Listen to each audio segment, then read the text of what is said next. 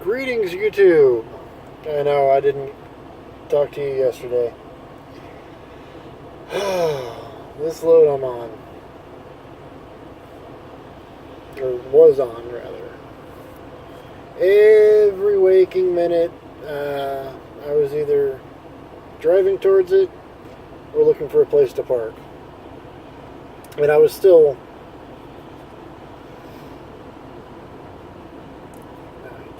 3.5 hours late getting there.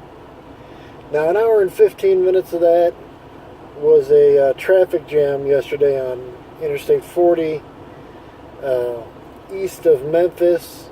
I moved 6 miles in an hour and 15 minutes.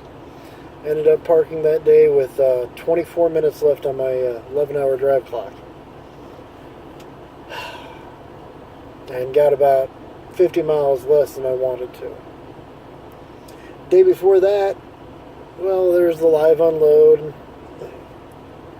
And then there was a whole bunch of bullshit. Ended up pulling into a Flying J that night with 4 minutes left on my 14-hour clock. 4. So, yeah, that kind of sucked, too. But I got there, I unloaded. It was a very quick unload. Got to give them props for that. There wasn't a whole lot of pallets, but they were just zip, zip, zip, zip, zip, boom, done. About half an hour after I pulled it, I'm like, holy shit, I think they're done already. So, wait.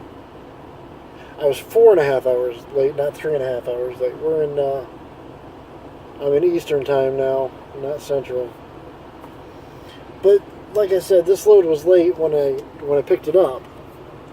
I mean, had I been able to have a full clock when I picked the load up,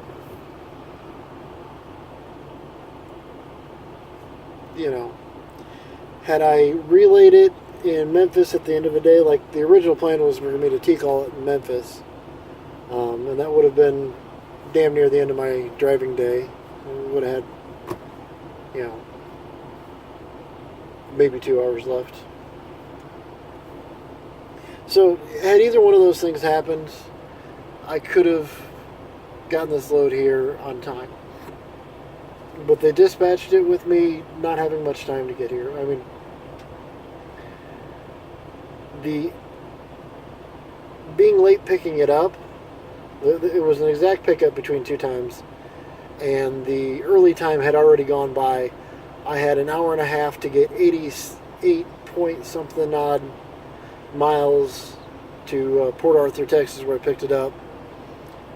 Like I said, I only had an hour and a half to get 88 miles to pick it up before I would have been late in the pickup.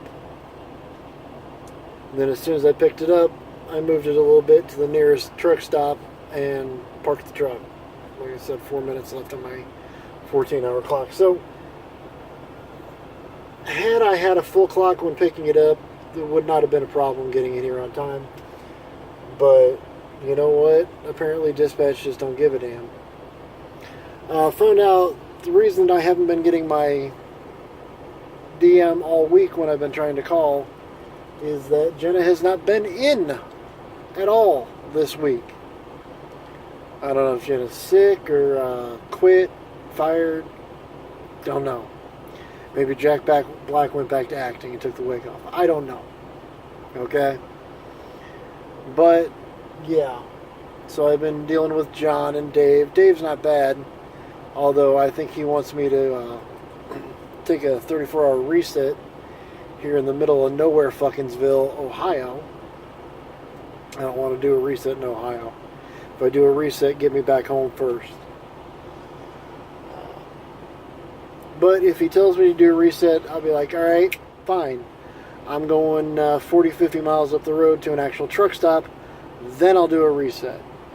I got no cash. I'm at a rest stop, not a truck stop. And it's not even a rest stop on the interstate. It's on the highway. Like I said, middle of nowhere, Fuckingsville, Ohio.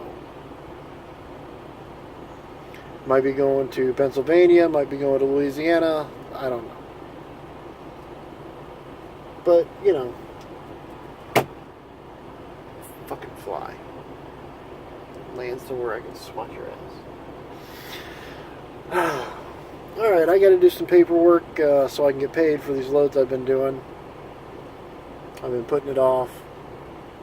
But I'll do my paperwork, and then I'm going to turn in, hop in the back and go to sleep. I might crack open some of that tuna. I got some saltine crackers and tuna, so I won't starve, that's for damn sure. Also got a jug of water, so yeah, instead of buying the 20-ounce bottles, I just bought a fucking gallon of water. And I could probably fill that gallon bottle up inside the rest area. Maybe. I don't know. Looks like a pretty primitive place. There's a... Oh, that's interesting. It's a train with 2 engines and 4 cars. Okay. Just hope it doesn't wake me up. Alright, YouTube, that's enough of me rambling.